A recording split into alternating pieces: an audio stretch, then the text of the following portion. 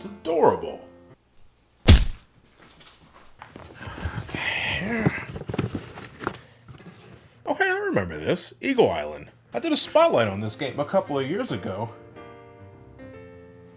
I ended up liking it. We got ourselves another successful Kickstarter project that's garnered a ton of support and finally saw release just a few days at the time of this video going up. My congratulations to the team and thanks for the gift. You know, I got some time to kill before my next Pokemon video is due, so why don't we see what we got here now that the final product is out.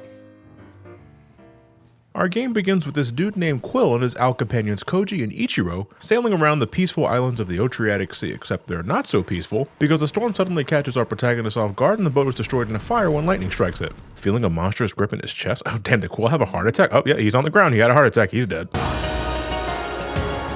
Okay, so Quill and his buddies find themselves on Eagle Island, home to the eponymous eagle deity Amara, that suddenly snatches away Ichiro to parts unknown. I just got here, what the hell? A doctor by the name of Oliver Ornis, who's managed to set up camp around these parts, tells Quill that Amara also plans on kidnapping the three legendary totems, Majora, Ikora, and Zephyra, representing fire, ice, and lightning respectively. And if Quill wants to save Ichiro, he'll also need to protect the totems as well. With this spiffy falconry glove bestowed upon him, Quill along with Koji set off on an adventure to explore the island in hopes of rescuing their friend and the three totem birds, and what this entails is Quill literally throwing his companion at enemies and obstacles like a damn baseball. I'm really glad concussions aren't a thing on Eagle Island because this owl is going to get rocked repeatedly. You can aim Koji in 8 directions, and in midair you can even pause for a moment defying all laws of physics just to get a better shot. You shouldn't treat your friend as a gun, however, because unless you manage to make direct contact with the enemy, there's a slight delay to your attack, and if Koji hits a projectile or stage hazard, that'll outright stun them, making attacks completely unavailable for a short time. Quill can't do diddly dick on his own, not him or his big bushy eyebrows. If there is one piece of advice I can give you now, it's to take your time. Observe your surroundings, pay attention to that heads up marker that lets you know where enemies are located, and remind yourself that you don't need to kill everything on screen. Sure, there are some doors that require a certain number of kills to open, but stages give you more than enough to meet that quota. There are elements of this game that encourage speedrunning, and I'm sure if you played this game enough times, you can take full advantage of that eventually. But Eagle Island, especially in the default core mode, doesn't pull its punches. It can get pretty damn hard. You only have 3 hit points for one thing, and if you want to refill health, you either spend money for it when you reach a fast travel point and talk to this merchant bird, or if you can manage to score a large enough combo when you kill enemies in rapid succession. But this isn't always guaranteed because 1, enemies can be placed too far apart to get quick kills, and your combo multiplier only lasts for about a second and a half, and 2, you need to be extra precise with your attack because again, if you miss, that delay is a surefire way to lose your combo. I cannot stress enough how important it is to practice caution because in those tighter rooms, it is shockingly easy to get dogpiled, and your delayed attack only helps bolster this issue. Not to mention, if you die, you're back to the very start, for there are also no checkpoints. The later stages can get almost exhaustingly long, and nothing sucks more than losing your last bit of health at the tail end of the stage or at worst the boss, because it is super demoralizing realizing you gotta do that all over again, and you lose all your gold and silver coins when you bite it too. Back to square one in its cruelest definition. The control is generally good and very responsive, and Quill is surprisingly nimble. But Quill also carries some momentum, and in those cases where you find yourself scaling down the level with those tile-wide cliffs, I found it easy for Quill to slip off and lose some footing, often leading me to collide with a hazard. The swimming controls are fine, but the dash to maneuver past enemies and avoid other things could be a little tighter, particularly in those cases where you got these charging piranhas biting your ass. And I plain just didn't like some gimmicks like the minecart segments. Firstly, I don't get why I'm forced into these things. If you attempt to run past it, Koji automatically grabs you and puts you on the damn thing. Why? The ground looks perfectly fine. Now this makes more sense in the second act of this world, where the floor below is filled with lava and pits, so riding the cart is a necessity. But even so, having to precisely aim at enemies with ever-changing altitudes, a delayed owl attack, and having little health led to a fair number of deaths that I felt weren't entirely my fault. It just felt clunky. I'll admit, around the halfway point I had to switch to casual difficulty just for the extra health, and because in casual mode, you can get health pickups from blue chests, which normally only contain gold and mana for special attacks. I don't know, considering how long the later stages get and because you're not always guaranteed to have the ability to score a large enough combo to get health drops, having only 3 hit points by default was just a little too strict, and this was a good way in circumventing the RNG of the game's roguelike dungeon layouts. I know being able to adjust to the game's constantly changing layout is the entire point of playing these, but as someone who doesn't always fancy these types of games, I liked having the option to make the game more comfortable for myself. But yeah, though the hub world is a fixed locale, the stages inside are not. They are procedurally generated, making for a varied Metroidvania-esque game, giving you a different experience every time you die or re-enter the stage. Now, I say Metroidvania-esque because the only real elements of that playstyle are centered on the hub world, where you just use the new abilities earned from bosses to get to the next stage, acting more like keys to locked gates that bar your pathway. They have a degree of utility inside stages. A double jump is always going to be useful, but new abilities like this icy super jump or the several elemental powers you can give your companion all require mana, so their limited use doesn't have the same applicability as something like a space jump or a speed booster in my opinion. That's not to undermine the elemental powers you get for Koji because they're damn useful in the right scenario. Eventually Koji can access the powers of fire, ice, and lightning. With lightning, Koji shoots out super fast and can hit multiple enemies at once, leading to easier combos.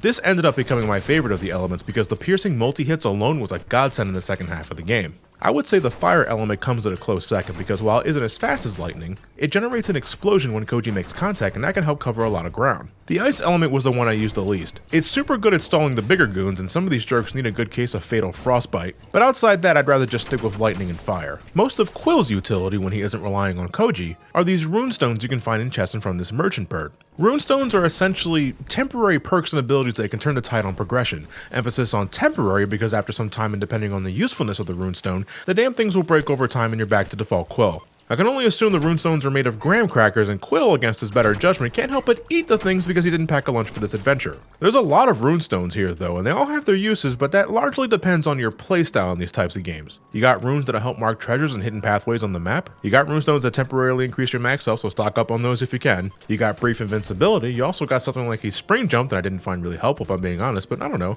I kinda like seeing Quill jump like a hyperactive child. My favorite Rune Stones were always the kind that powered up Koji, because it's one thing for Koji to get elemental upgrades that give him different types of attacks, but there's also some Rune Stones that can give those attacks secondary effects. A ring of electricity for the lightning element, a bigger explosion for the fire element. Oh, my favorite Rune Stones period were the ones that locked Koji in a particular element for a brief time because it also gave you unlimited mana. In those scenarios, I certainly got more use out of the ice element. But you want to know how satisfying it was to obliterate the hell out of this shark with my unlimited exploding owl barrage technique trademark?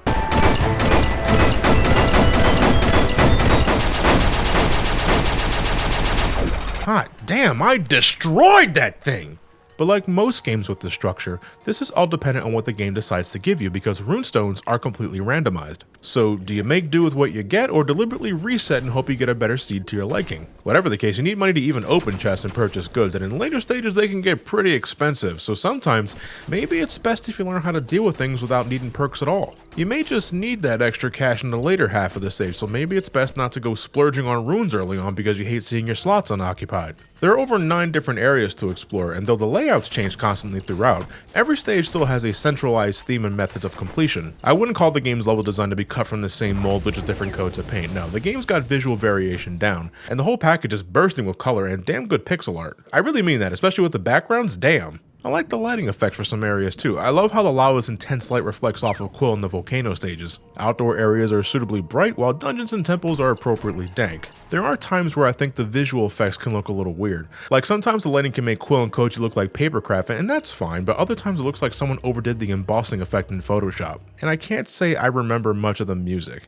Atmospheric definitely, and some stages were better for it, but nothing in particular stuck on me. Nothing horribly composed either, if I could say anything else. There are a couple of things I'm leaving out for the sake of not spoiling your experience. Eagle Island's plot is rather minimalistic and likes to use the environment to expand on lore and certain elements. I can say that rescuing your friend and protecting the totems is only a part of the story, and you might be able to pick up on how things will turn out if you got a good eye for details. But I'd rather not outright spoil those moments for you here, which I know is weird for me given that I often spoil things anyway. But seeing as this game is not even a week old yet and hasn't even been released in Europe at the time of this video, well, I'm making a rare exception in this case. The only thing I didn't really get to do was collect all these special tokens. At first I thought these were bragging rights that only inflated your score at the end of the stage. But there's one room which tallies all the tokens you collected, and I'm not sure if this leads to a super secret boss or an optional room that's maybe just a huge congratulations on your part or something like that. I got over half of them as I went along, but there's some that require specific elemental attacks to release the locks in their respective chests. But you only have so much mana to spend, and if you blow it, you have to reset the stage, seeing as you can only get mana from chests you haven't already opened, or enemies you haven't already killed, and even then, hoping there's enough to combo to even get those drops. Much like the strawberries in Celeste, this is something I like to go back to at some point to fully collect.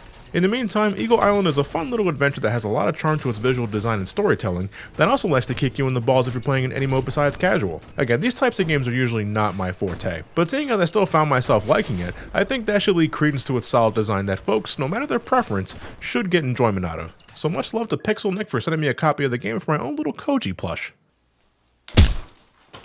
And with that said, to Generation 5 I go. I want to thank everybody for voting in that poll I left for you guys in the Generation 4 review. Looks like Oshawott will be my starting pick for my black and white adventures, which is a win-win for me because that was always my favorite of the three, so thanks again for participating in that. And with all that said, I guess I'll see you guys in the next video. Thank you all for watching, have yourselves a fantastic night, and take care.